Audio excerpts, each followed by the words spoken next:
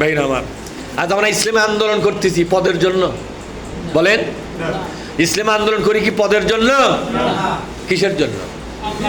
আরে ভাই, পদধারী যে ইসলামী আন্দোলন নেতা আছে, দেখবেন তার লোভ লালসার কারণে, তার ত্রুটি বিচ্যুতির কারণে হয়তো আল্লাহ তাকে ক্ষমা করতেও পারে, নাও পারে। কিন্তু যে পদ নাই যার, এই লোকটার মধ্যে পদের কোনো পরীক্ষা হবে না। সাধারণ একজন কর্মী হিসাবে অল্প একটু অবদান রাখতে পারলেই আল্লাহর সন্তুষ্টি অর্জন হয়ে যাবে।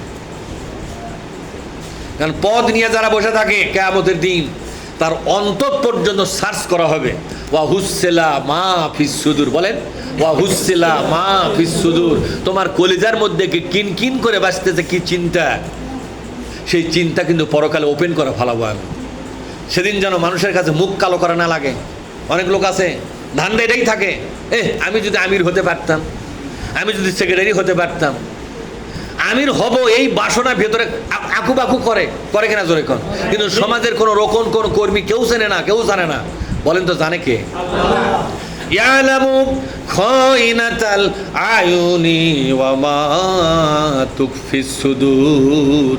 আল্লাহ বলছেন, আমি চোখের পলক বুঝি। তুমি যে চোখের পলক মারো সেটাও আমি জানি। চোখের যে খেয়ানত, এই খেয়ানত সম্পর্ক আমি জানি। চোখ কোন দিকে তাকে, আর এক দিকে তাকে আসো, মানুষের সাথে তুমি প্রতারণা করতেছো, কিন্তু মানুষ ভুলতে পারে, আমি বলবো না।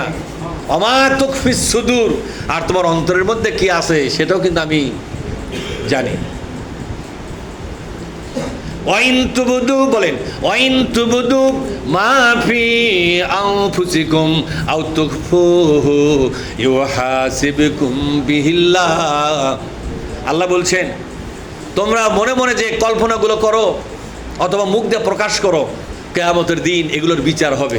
তাহলে মনের মধ্যে একটা চিন্তা আপনি লালন করবেন, আহারে পদটা যদি আমি পেতাম, আজকে সভাপতি নির্বাচন হচ্ছে, এই ওয়ার্ডের সভাপতি যদি আমি হতে পারতাম, ঠিক না? তাহলে একটা সম্মান পেতাম। একটা ইউনিট হচ্ছে, সেই ইউনিটের সভাপতি যদি আমাকে দিলে হলি, তাহলে একটা সম্মান পাই, একটা মর্যাদা পাই। মনে মনে এই চাহিদা ইসলামে বৈধ না অবৈধ? যখন এই বৈধ না অবৈধ? এই জন্য আমি মনে করি যারা নেতৃত্বে আছেন তাদের অন্তর্যামীকে, কোন কর্মী কি তাদের অন্তর্যামী? আপনি নেতা হন নাই, ইমানের একটা অগ্নি পরীক্ষার থেকে আপনি বেঁচে গেছেন। সুতরাং কর্মী হয়ে নয়, একজন নিবেদিত প্রাণ সৈনিক হয়ে বাঁচুন, ইসলামের জন্য খেদমত করুন। আপনাকে অল্প কাজে পুরস্কার দিবেন কে? যেরকম কে দেবেন?